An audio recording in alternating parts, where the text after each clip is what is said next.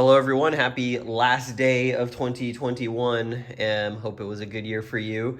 If you're watching this video far into the future, hey, here's a little window into the past of what was a very weird and difficult year for some, or even a lot, but also a good one in a lot of ways as well. And I can't emphasize enough to everyone watching this how important it is that if you're going to make YouTube content, you make end of the year top 10 lists. It is the only reason really for the platform to exist. And so I felt like I had to do my part. We don't have enough top 10 lists this year, I feel like, and nobody's doing them. And so it's important that we get off on the right foot here.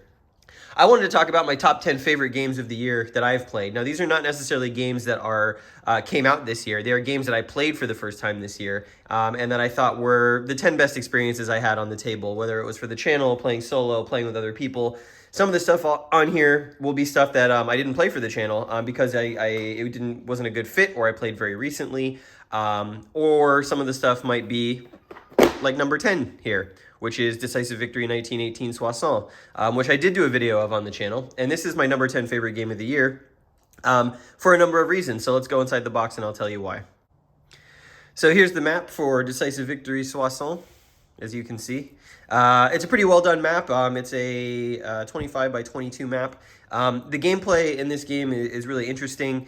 You've got sort of this Allied advance coming this direction. You've got the Germans sort of in full retreat. The game starts with a surprise attack.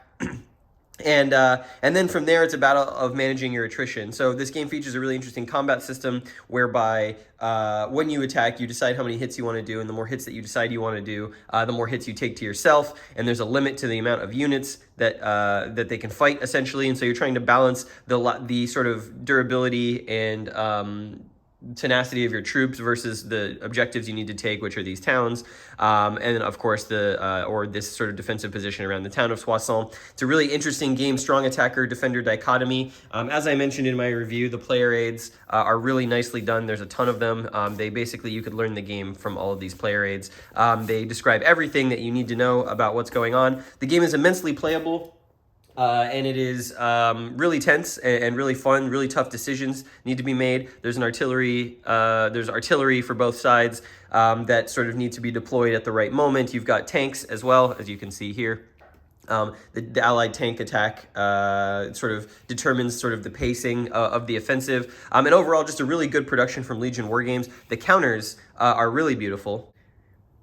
As you can see here, some of the Allied counters, I really like the iconography they used. The sort of helmets or the artillery, and then the banding for what corps they're in, their quality with the stars, and sort of the number of hits they can take there. The counters are different. There's no movement factors per se. There's sort of a fixed rate of movement per turn based on the actions that you did the previous turn. And so it really forces you to set up your offensives to make contact with the enemy and close. You can see here some of the German units. The Germans typically are regimental size. And they're a lot weaker, but it's very hard to completely eliminate them. So it's got a really great World War II feel, and I really enjoyed Decisive Victory Soissons this year. Highly recommend if you like World War I games.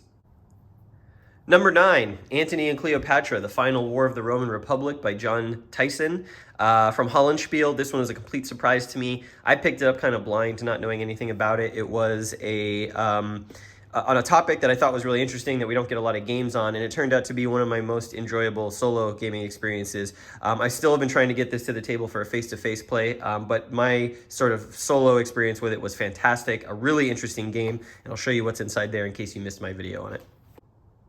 You can see here we have a slightly furled map. The paper quality on this map is a really nice thick texture. That's why it doesn't want to lay flat right here. But as you can see, it is the Mediterranean ancient world. You've got these really large hexes, and essentially it's the war between Octavian and Mark Antony. And rather than being asymmetric, although there are some asymmetries, it's very symmetrical. And it's very playable as well. Each unit is essentially a single strength point. As you can see, we've got legions, we've got auxilia, we've got transport ships, we've got cavalry, and we've got naval units as well. And so each side kind of has their allotment of units. You've got supply units, and this is a logistics sort of operational strategic scale game about these campaigns. And what's really interesting is that it's also got a strong hearts and minds approach to it. So each of the provinces and territories provides a certain amount of economic production every turn, and both sides are trying to gain control of those particular provinces to increase their economic output, which allows them to build larger militaries, more fleets, and so forth. And they're trying to drive down the opponent's prestige, essentially. And once prestige gets below the delta between the two sides, prestige gets low enough, you can start doing sort of propaganda actions to try and flip a province's sort of political control to your side to gain the economic benefits. So doing things like winning battles against your opponent in really big ways will sort of tend to shift the balance of loyalties around the Mediterranean world. And overall, you're trying to essentially win the campaign by knocking your opponent out of the war, either militarily or sort of economically, essentially. But on the other hand, you know, the Octavian player based in Italy has to worry about threats outside the Roman Republic, while the Mark Antony player is kind of dispersed across the east, and so it's hard for him to bring his military together. There's a lot of maneuver in this game that was really interesting. You know, the combats are very 50-50, even if you have overwhelming odds, so it's very unpredictable, so you really got to choose your battle spots well, and you have to be ready to make up for a disaster that you know, could sort of torpedo your strategic plan. And that, I think, was a very interesting sort of angle for this game to take, is that battles in the ancient world were not a sure thing. This is not like World War II where you can just overwhelm the enemy with numbers and sort of win automatically. There's a real tension in this game about fighting, and both sides kind of don't want to do it you know, all the time. You really have to pick your spots. So a really enjoyable game that I think really captures the pace of sort of of ancient world campaigning in this era, and on a topic that you know, we don't really get a lot of games on, which is the final Republic War between Octavian and Mark Antony. Number 8 on this list, Across the Narva from Revolution Games. This was a game I did early on the channel this year. It is a chit pull hex encounter World War II game, Soviet assault on Estonia, February 1944, late World War II, but I thought just one of the most fantastic World War II games I think I've ever played. Extremely smooth playing because it uses the 3 crowns sort of chit pull system that is, you know, there are a lot of units on the map, but it makes it for an extremely engaging experience because you don't have to think about all of the units all the time. You just have to think about your units that you pull the chit for on your turn. It got a really interesting situation. They added some dynamics to this particular game that's found in this series about the defense of Narva here, where the Germans have a really dug-in fortified position, and sort of your plans as the Soviets can either be a head-on assault, or it can be to kind of maneuver around to come in sort of the rear unprotected area of the city. Let me take you a little bit closer in on the map and show you some of the units. So here you can see some Soviets and some Germans here in the sort of suburbs of the city of Narva in Estonia, and the river that sort of separates Estonia from Russia.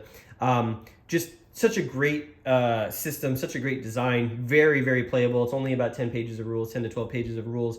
And, you know, very sort of integrated air system where you can do airstrikes and you have aircraft that are available to you. But the stronger your airstrike, the more time goes by before you can use it again. So really picking how you deploy your air force is super important. You can see these fortifications around the city that the Germans have to be manning at all times.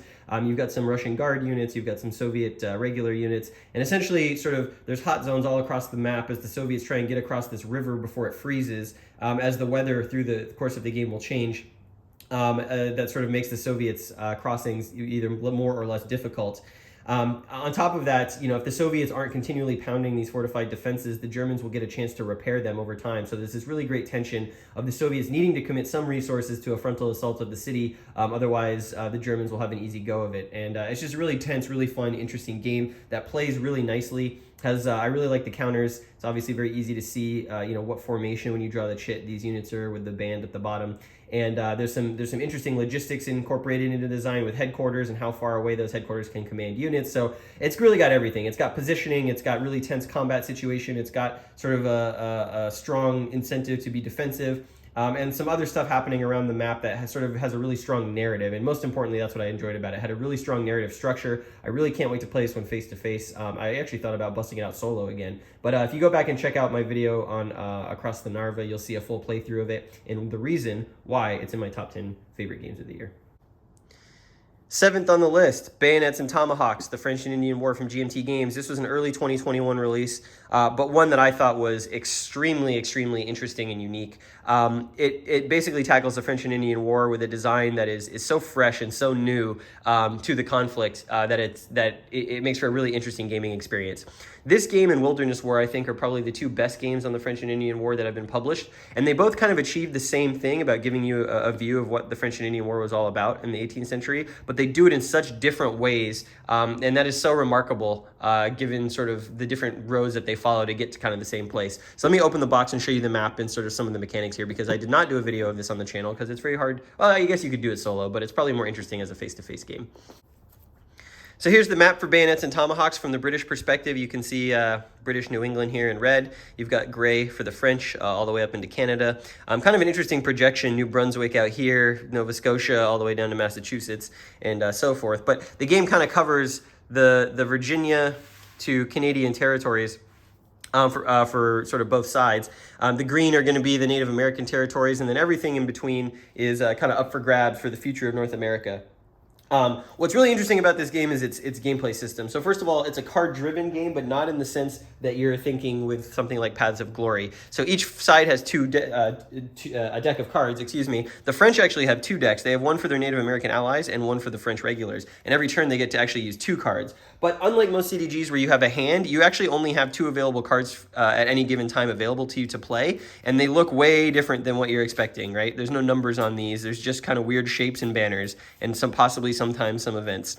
And so every turn you're going to choose a card to play and reveal simultaneously with your opponent, and these cards are going to determine what kind of units you can use. And so the units in this game come in different shapes, and so based on what you've activated here on the card that you've played, then you will be able to activate some number of those units. And that's important because different units have different capabilities in this game. So here, for example, is the bag of French units. You can see we've got round units, which are things like artilleries and forts. We've got triangular units, which are sort of irregulars, light troops, and Native Americans. You've got here's a fortress unit, and then you've got square units here like this, the Artois and Bourgogne. These are regulars. And what's very interesting about this game is that the different types of units move differently, through the different terrain, and they fight differently in combat.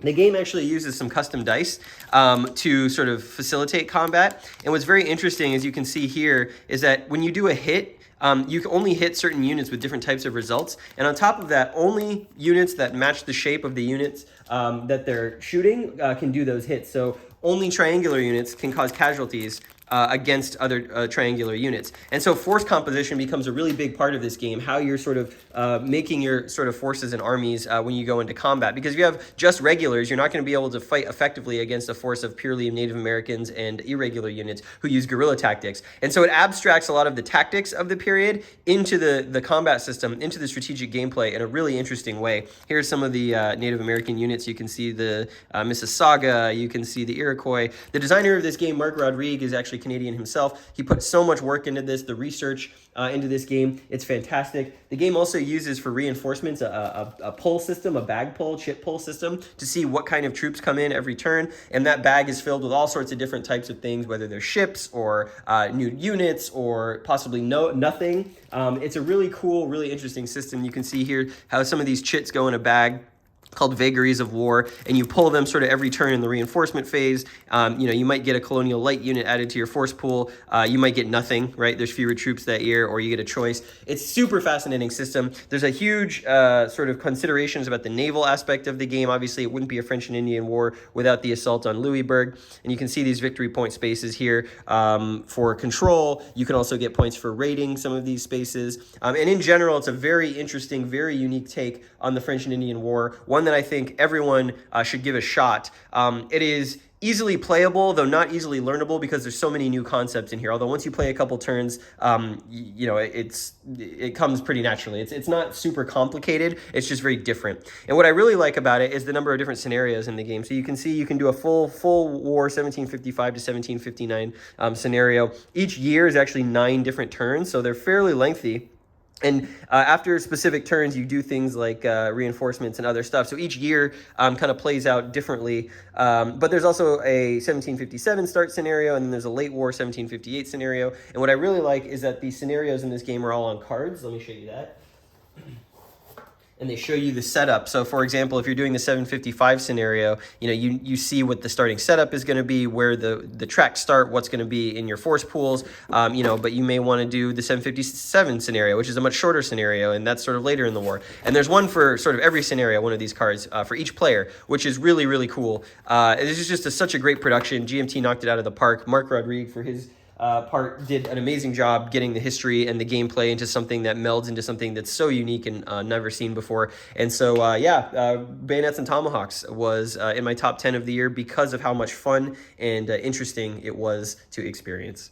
Number 6 on the list, Granada, Last Stand of the Moors. This was a fairly late year pickup. I got it in late October. I just had a chance to play it the other week for the first time, and boy, is it fantastic. What an awesome game, what an awesome topic, and what a great implementation of the system originally found in Sekigahara.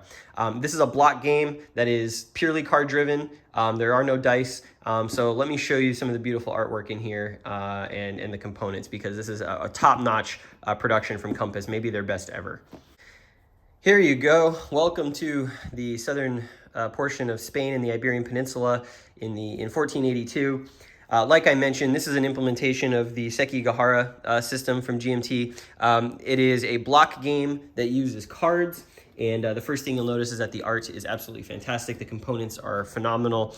The game adds some things like naval movement and naval landings, which is really cool. Adds a lot to the game. It also has these three-dimensional wooden sort of watchtower pieces, which are really nice. There's a whole huge bag of them, as you can see. These squares are castles. The round are towers, and those interact with the combat system. You can besiege castles here, or you can attack at watchtowers, and if you have certain cards, you can get the benefit of those defensive fortifications.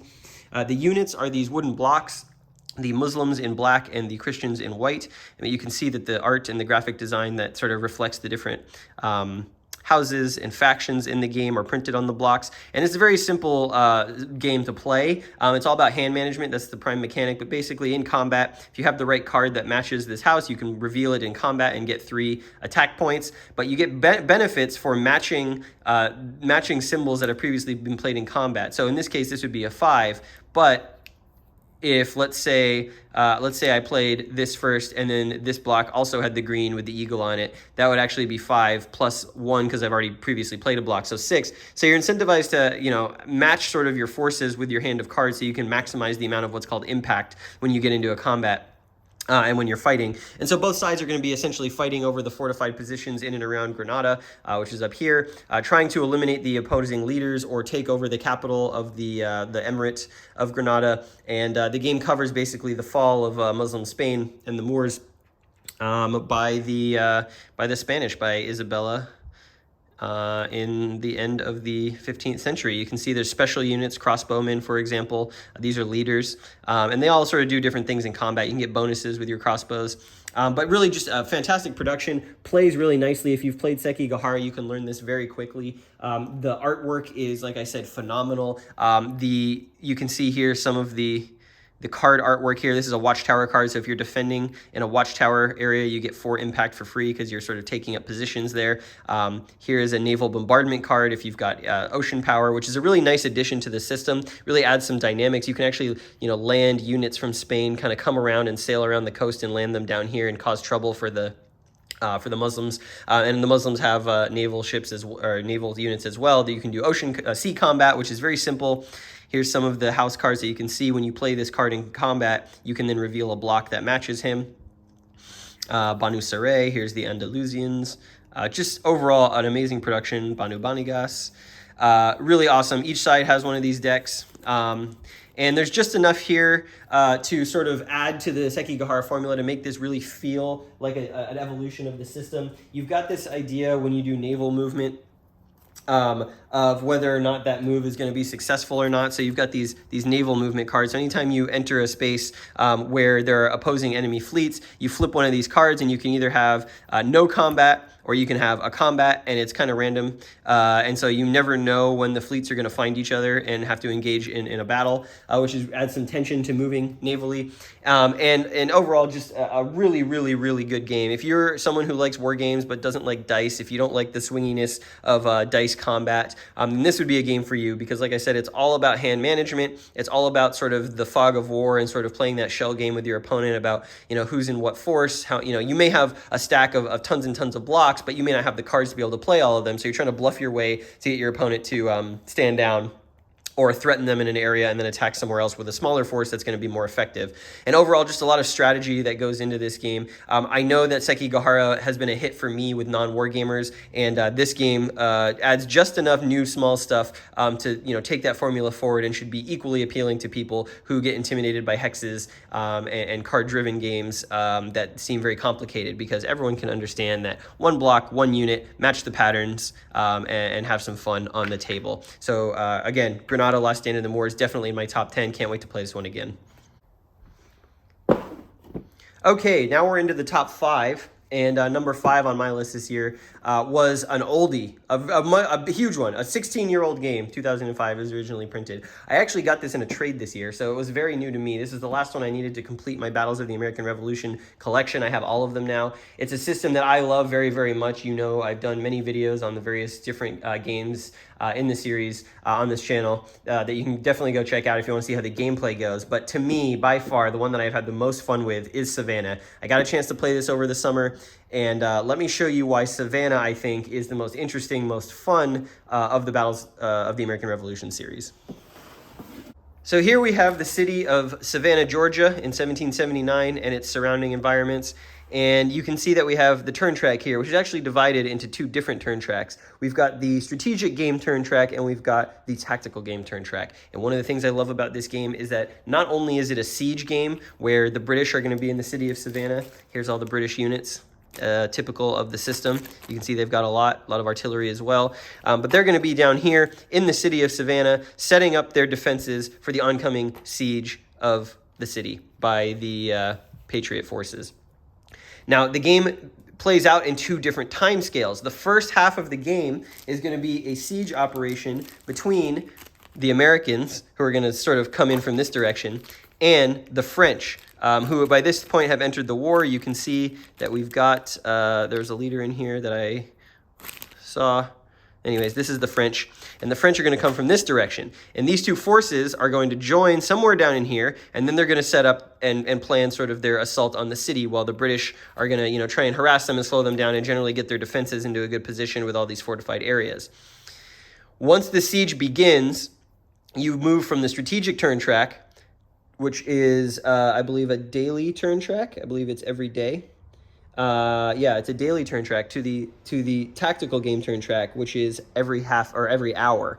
And so the scale of the game changes. And once the Patriots and French commit to the siege, you switch to this turn track, and then the siege is on, and the game takes place in 1 hour increments. And it's very tense. It's very interesting. The weather plays a huge role in this game. It can rain and almost every turn, and when the weather changes, it affects the weather roll for the next turn, so you can get these really unpredictable long strings of rain or clear weather, and you can only do certain things. You can only set up some of your siege preparations in clear weather, and so it really makes for an interesting, unpredictable experience about how you're going to prosecute this siege, whether you rush and do it quickly without fully preparing, or risk the weather ruining your plans. And I just had a great time with this. But I think the number one reason that this game is so fun is because it can be played with 3 players. One player can play the French, one player can play the Americans, one player can play the British, and it is such a blast to play with 3 players. These 2 are allied, and so they're trying to set up their plans and prosecute their siege. The French have the overwhelming manpower and equipment, but they also are the slowest to come on the board. Meanwhile, the Americans have sort of this small ragtag force that get to the scene first, but they're not able to prosecute the siege on their own. And so there's a lot of coordination you have to do between both sides in order to get the siege ready. And then, of course, you're chancing it with the weather, and the siege may not go off as planned. And in our game that we played, we actually got a string of really bad luck here at the end in here, where it rained for almost essentially a week, and we couldn't get the siege going. And so we finally moved down to the hourly turn track. We basically were out of time.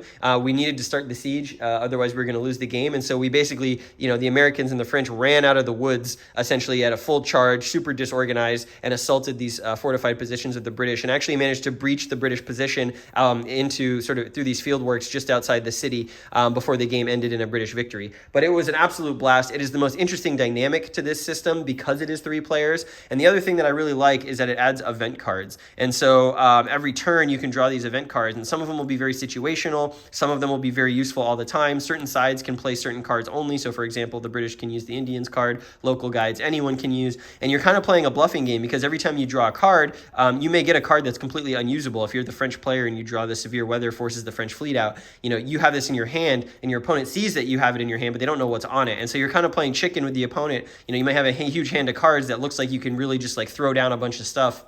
But, maybe it's a handful of dead cards, and the British player will have the same thing. And so it's a really, really cool, interesting way to sort of build in some of the history and unpredictable elements of the siege situation that occurred historically. And every game will play out differently. There's no way you can go through all of these cards in a single game playthrough. And so every time you play this game, it will unfold almost completely differently. Super highly replayable, really dynamic as a situation, really fun, even as the defending British, because you sort of have this vice slowly closing on you. At some point you're going to be assaulted, and it's really just a matter of is your artillery in the right position to fire on the French when they start to prepare their siege fortifications? Can you have your scouts harry the Americans enough that they become really disorganized when they join the French down here? There's just a lot to think about, a lot of really fun approaches to the way that you can handle this situation, and I think this is a really great achievement in terms of design, using a system that is proven and extremely fun. This is a hard game to find because they only printed this one version of it, and I really hope we get this in sort of a future tri-pack. But if you can figure out a way to track down Savannah, I think this is the best Battle of the American Revolutions volume, simply because of how much cool stuff is happening here that you can't find anywhere else, and why it made number 5 on my favorite games of the year. Number 4, the table-breaking War and Peace from Mark McLaughlin. 2020, it says on the box, but this is the 2021 printing, the 6th edition, if you will, that fixed some minor errata. Obviously, this game has been around for a long time. This new edition originally came out in 2020. This 2021 version is a slight update. I feel like it still counts as a 2021 game. I played this year maybe more than any other game that I own, with the exception of the one I'm designing. This is a remarkable game about the Napoleonic Wars at the operational level. It's beautiful. The One Small Step absolutely crushed it with the production on this, and it is such an interesting rule set, and there's a reason it's been around for so long and it stood the test of time. Let me show you just some of what this looks like in case you've never seen it before. I can't even get the whole thing in the shot, but the game comes with 2 absolutely amazing maps that covers all of Napoleonic Europe from west to east, all the way out there into Russia. There's an inset map for the Egypt campaign down here, and then just a ton of tracks and whatnot up here.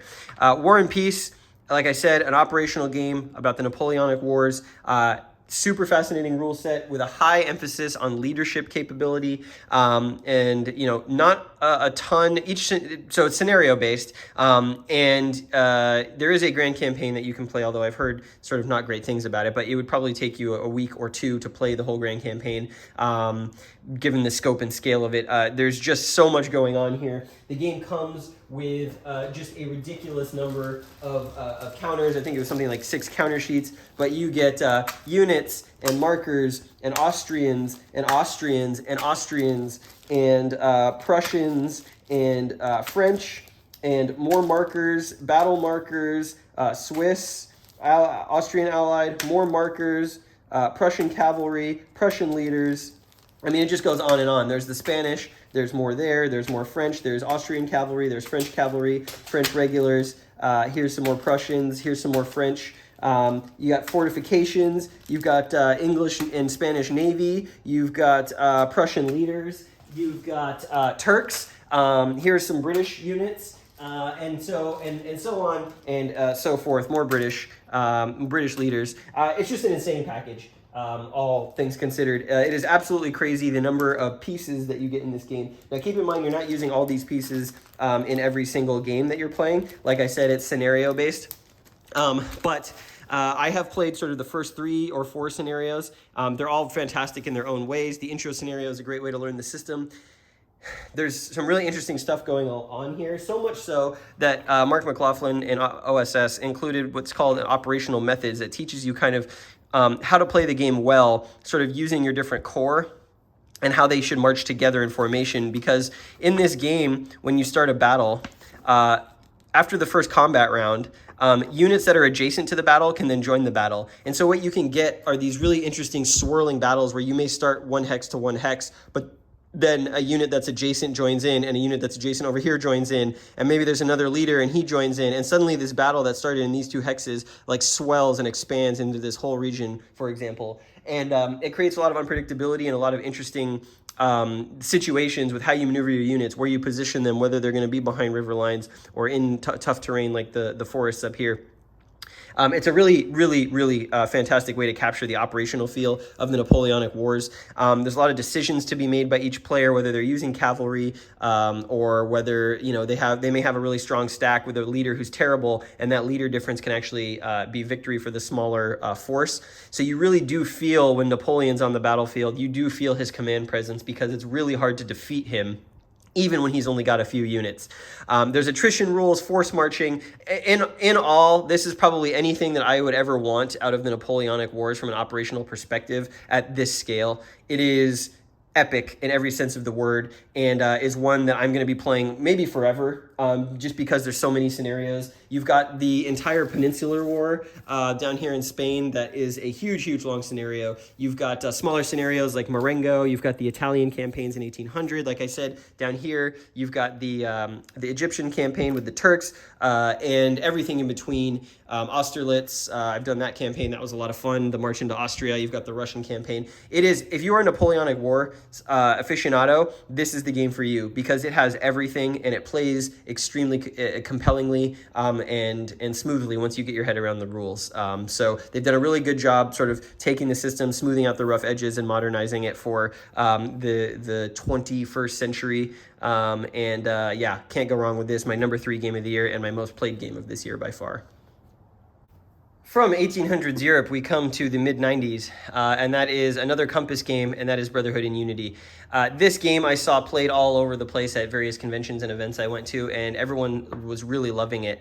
And I was just not confused, but I was like, I would never have expected a CDG point-to-point about the Bosnian Herzegovinian War of the mid-90s during the Bill Clinton years to be something that people were raving about. Well, I ended up picking it up because I had to see what it was all about, primarily because it's a 3-player game. Again, I love the 3-player player count, and it's a CDG that essentially uses the Paths of Glory system with some adjustments to simulate the Bosnian War of the 90s. And so you can see we've got a point-to-point map of Bosnia, along with an inset map of Sarajevo, which is a very important part of this game and part of the history as well. And then you've got 3 factions. You've got the Serbs, and they each have their own deck, very similar to something like Sword of Rome or Paths of Glory or Empire of the Sun or whatever. You've got the Croats, and then you've got the Muslim Bosniaks. Here, you can see. And the decks are divided into early war cards and late war cards. The game is only 6 turns long, but those 6 turns, a lot happens. But it is short enough that you have a lot of interesting decisions to make because you don't have a ton of time. And so you'll basically, like most CDGs, be playing a card for its operations points or its event. And there's a lot of really interesting events in this game that sort of involve the 3 factions, how they play off each other, some of the supporting factions that historically came in from outside Bosnia to help in this war, and also just the geographic situation of what's going on here. You can see that the spaces are color-coded for which faction you're playing. So, for example, the Bosniaks are green. And, because Bosnia is this sort of really diverse place and sort of has all these different sort of cultural hotspots around the country and on who lives on what land and whatnot, you can see that there's a real big string of Bosniak cities and locations here through the center, and then the Serbs sort of occupy the north, and the Croats here, of course, on the border with Croatia, have a heavy influence. But then you get things like this up here, where you've got this small enclave of Bosniaks that are completely surrounded by the Serbians, right? Or you've got this small enclave of Croats up in the north that are completely surrounded by Serbians and Bosniaks. And so the geographic situation of this war makes for extremely compelling gameplay, because you don't just have a front line. You have sort of this dispersed forces of varying strengths all around the map, and you've got to come together to control a certain number of these provinces that are outlined in these sort of red and white dashed lines. And so you got these really hyper-localized goals that your forces are trying to accomplish or prevent other players from accomplishing, with no way to really link up and connect your forces. I mean, the Bosniak player with their forces up here is under constant pressure, who the Serbs are trying to roll in and kind of conquer this little horn of Bosnia, and they've got to hold out. And then on top of that, you've also got the siege here of Sarajevo, where you've got Serbs all essentially encircling the center of the city, and three Bosniak locations that are essentially out of supply and under siege. And there's events that can open up the airport tunnel, which has happened historically down here, and it adds sort of another factor to what's happening here with what's happening here. The forces are extremely asymmetric. The Serbs have by far the most number of units in the game, but they get all of their units up front. They don't get any reinforcements after turn one. And so what they have on the map is what they have to make it to the end of the game with. Conversely, you've got the Croats who are kind of in this middle ground, and then you've got the Bosniaks who start very weak but get more powerful as the game goes along. And so you have this shifting dynamic of the force balance as you play through the game. Which is really interesting and really fun. And the turn order also changes. For the first two turns of the game, the Serbs go first. For the second two turns of the game, the Serbs go last. So that's a really interesting mechanic. But what I really, really like about this game is sort of how it models the foreign attitudes about this war. If you were alive in the 90s, you heard a lot about this conflict because the UN was involved, the US was involved specifically, and there's this track over here for each of the powers. And as they do more things, so part of your goal with the game is to take over cities and take over provinces, and you can only do that by conquering cities. However, every time you conquer a city, you cause a refugee crisis, and that causes the foreign attitude towards you to get more negative and more negative. And you can see that there's different banded levels of foreign attitude. And as soon as you get into this orange level, suddenly now every turn, the UN is airstriking your units. And so you have this really interesting dynamic where you're trying to make a lot of ground and accomplish your goals, but doing it slow enough that you can keep foreign attitudes about your faction in the war sort of less hyper-focused on you, trying to deflect the Eye of Sauron away from your war efforts. And so there's this fascinating thing where you'll be in a position where I could easily take this city right here with my units. The Croats, they might have a huge stack right here, and they're like, I could easily take this city. But if I take that city, I'm going to start getting airstriked by the UN. And so I can't do it this turn. I've got to wait. I've got to play a card. I've got to lower the foreign attitude. And in that time, the Serbs might be able to build up defenses here. And so you're forced into these suboptimal situations where it's not just like most war games, taking territory, holding onto it, causing combat. It's being really subtle in the ways that you're going about achieving your goals and victory conditions. And obviously the event cards play a big impact in that. One of my favorite sort of things about this game is that the Bosniak player in particular, it has events that set up UN safe areas. And so if you put those on spaces, if other players attack it, there's a huge penalty to their world opinion. There's also, here's the Sarajevo Tunnel event. But there is a really, this event right here. So we learned very quickly after our first game ended on turn 2 that this card is the atomic bomb of the game, so to speak. So basically what happens is you can play it after an opponent takes over a bunch of your territory as the Bosniak player. And if for every space that they've taken over during the turn, and then you play this, their world opinion goes up that number of spaces. And so the other players at the table are constantly aware that you might be holding this card in your hand. And if you play this card and they've taken a bunch of your cities, they can immediately lose the game by getting to the end of this track. And so you're constantly having to play sort of deterrence with the people, reminding people, hey, you take my cities, I might have media coverage, I might expose the atrocities that you're committing, which is sort of an interesting game mechanic to to put in the game about some horrible things that happened during this war. It's super interesting. The dynamic between the three players constantly shifts. You're constantly allied with one, then maybe allied with another. You're all trying to achieve your objectives, and frequently these provinces are a goal for one other player at the table. So you might be friends with the Croats, up here, but you might be friends with the Serbs down here. It's just a super, super fascinating game. A lot of replayability, and really hits that sweet spot for 3-player games for me as being extremely interesting and dynamic amongst all the players throughout the entirety of the game. You can also knock this game out in like maybe 3 or 4 hours max. because it is so short. 4 turns, you get right into it, you try and achieve your objectives, and it is super tense all the way to the last card play. That's Brotherhood and Unity from Compass Games, my number 3 favorite game of the year. For number 2, I don't think it should come as a surprise. I've been extolling the virtues of this system all year since I first played it in the summer. I did some videos on sort of our large group game, but that is, of course, Der Weltkrieg. And in particular, you know, I think the system is really what is number 2 for me. I think this system as a World War I system is super fascinating. It's extremely playable. It's a strength point-based system, so no odds calculation, but it builds in a lot of the elements that made World War I such a unique conflict in the history of the world. It's very attritional. It's all the terrain system in this game is extremely fascinating. It adds sort of a tactical level to what is essentially an operational game. A lot of people don't like the map. They think it's really hard to read the map. I can see where they're coming from, but I don't think it's actually that hard when you get in closer. So you can see here some of the terrain features. So it's a hex map, but each hex is divided into 6 potential wedges, and each of those wedges has terrain in it, and that actually affects the hex side. So if you were to attack, for example, let's say here to here, you're actually attacking through this swamp terrain here, versus if you're attacking from here to here, you're attacking through clear terrain. And so it adds like a really interesting puzzle to figure out how to position your units in the various spots around the map to get the best terrain benefits both defensively and offensively. On top of that, the East Front game, which this is from, this is the Tannenberg scenario, which is early 1914. The East Front box is the one that I recommend people check out because it comes with actually 6 separate games in the box. So here's Tannenberg. But it also comes with a bunch of other games, full games, including the Romanian Front, the Serbian Front, Galicia, and then it comes, for linking those scenarios and games together, comes with some other maps, including a Hungary map that lets you connect the north and the south to the Balkans, and it comes with this map here, which kind of, here I'll show you, it kind of connects the northern part, it's somewhere in here basically, you can see that it connects the northern part of sort of the Baltics, going up that way anyways. So just a lot of content in the box. I mean, I have, there's still a scenario in here that I have not done, the Gorlice, Tarnov, and Brusilov offensive scenarios that comes with its own units.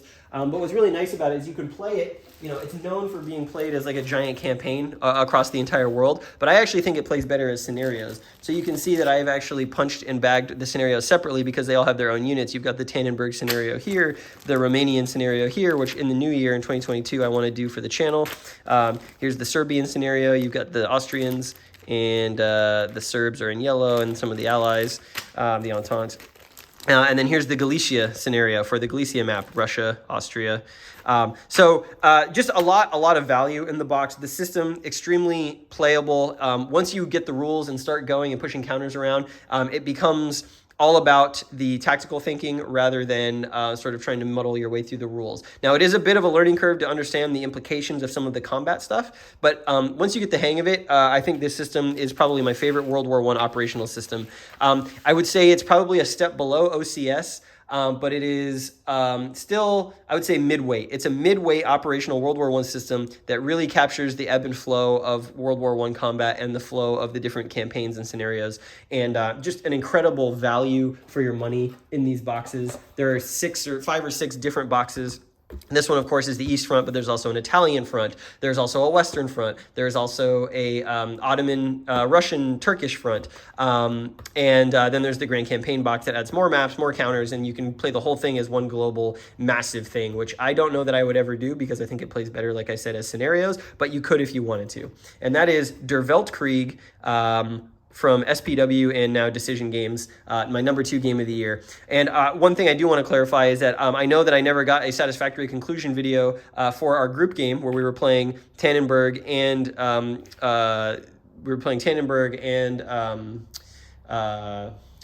what's the word I'm looking for? Serbia and Galicia all together, linked together. And that is because I couldn't make it several of the weeks that the group decided to go on without me, and they actually finished without me being there, unfortunately. So I was not able to finish documenting that playthrough, but I do know those videos got a lot of interest. And so if I ever play again with large group, I will definitely document it, and I'll try and play a solo, like I said, with the Romanian front, which looks really interesting to me, sometime in the new year. So there you go, Der Weltkrieg, number 2.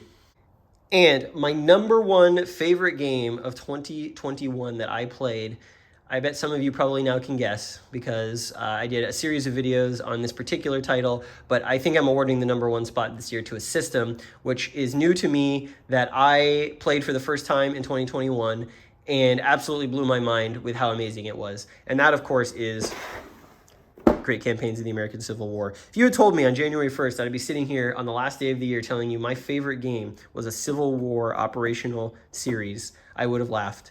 I had no idea how brilliant this series was, how amazing the gameplay was, and it just absolutely blew me away when I sat down and played Stonewall Jackson's Way 2 Battles of Bull Run. I did 4 videos on this game. Actually, I did probably more than 4. I did a couple of learning scenarios, which you can use to get a feel for what it's like. I did the full Bull Run campaign from 1861 on the channel, and just an absolute... I understand why this series gets so much love. It is brilliant in so many ways, and there's so much content inside these boxes. I own the entire series now, as it turns out, but there's so much content inside these boxes in terms of scenarios and campaigns. You could play a long game, you can play a short game. The system really is kind of open-ended in terms of how you want to play it. This is a map that will look familiar to you if you saw my campaign playthrough of Bull Run. You can see here is Bull Run, or this is Broad Run. Bull Run there's Cedar Run, here's Bull Run up here. Fairfax County, Virginia, just absolutely beautiful maps. Just incredible detail on the maps. Really fun to play on. The counters are really nice. The whole fatigue system. Here's some of the mountain terrain here, sort of to the west, Front Royal. We remember in our playthrough we had the Confederates loading onto the railroads at Port Royal and heading on out this way. Let me get the other map. We'll put that one out and I'll continue talking. Here's the south map for Stonewall Jackson's Way 2. So the map I just showed you would sort of cut along across there. If you go back and look at my one of my new arrivals videos about this system, I actually put all the maps from all the games together to give you a sense of how they all connect, which is really cool. But just an amazing series that from a design standpoint is a work of genius. I don't know how the minds that came up and refined this system over the years have been able to do it. But essentially, it's operational Civil War. Your leaders can activate units. Every time you do something with a unit, they get fatigue. Fatigue degrades their ability to fight in the following days without rest. And so you're trying to plan out sort of this ebb and flow of your forces moving and fighting. The combat system is interesting and has a lot of decisions into it without being predictable. So there are things that you can set up properly that don't go your way. You can take risks in combat to get better rewards, but also it can set you back. And in general, trying to figure out a way to attrit the energy of your opponent while maintaining your campaign tempo and ability to keep performing operations that help you keep your soldiers in the field fighting. It is overall just an absolutely amazing experience. And I don't really personally think it matters which particular volume in the series you play. Find one that interests you. Some of them are harder to find than others. Battle Above the Clouds, I think, is way out of print. But Hood Strikes North came out this year. Was the newest entry into the system. It's a one-map game about the Tennessee campaign in 1863. Find one that strikes your fancy, that's interesting to you, and just start playing. Play the first scenario. Play a couple of scenarios in a row, and you will find that the gameplay just shines through. The rules fall away and you get into this really interesting headspace sort of in an operational context about how to solve some of the challenges the game puts before you. Plays really great solo. Can't wait to play it opposed. I'm actually thinking of doing kind of a learn to play for the system at a convention I'm going to get more people involved in it. But in general, Great Campaigns of the American Civil War was a revelation to me this year. and by far, in a way, my favorite game that I played was Stonewall Jackson's Way 2, and maybe one of my favorite systems of all time. I cannot wait to dig into the next campaign that I do, and I'm going to do it for the channel sometime next year. Might be from Stonewall Jackson's Way 2. I might shift over to something like Roads to Gettysburg. We'll see. If you have any requests, feel free to put them in the comments of this video. But all in all, number one, great campaigns in the American Civil War. And that is my top 10 favorite games that I played this year. Hope you enjoyed that. Would love to know what some of your top games that you played this year were. Anything that struck your fancy that I should check out in 2022. I am looking forward to some of the stuff that's coming out in 2022. That is either on the way to me or will be on the way to me soon. It should be another great year, and I can't wait to see you next December when we talk about what I played next year and what my favorites were then. Thank you for watching the channel. Thank you for supporting wargaming content on YouTube. I started this channel this year as something to do to get through the pandemic, and it really kind of blossomed into something that I very much enjoyed spending my time on. And so I do plan to continue doing content, maybe not at the pace that I originally started at, which was somewhat aggressive, I will say, especially now that there's a lot more going on in life. But, there's going to be more content coming from me. I'm going to continue the End of Antiquity series. I'm actually playing a game right now that I'm going to be doing a video on early next month from MMP. So look forward to that. And once again, thanks for watching.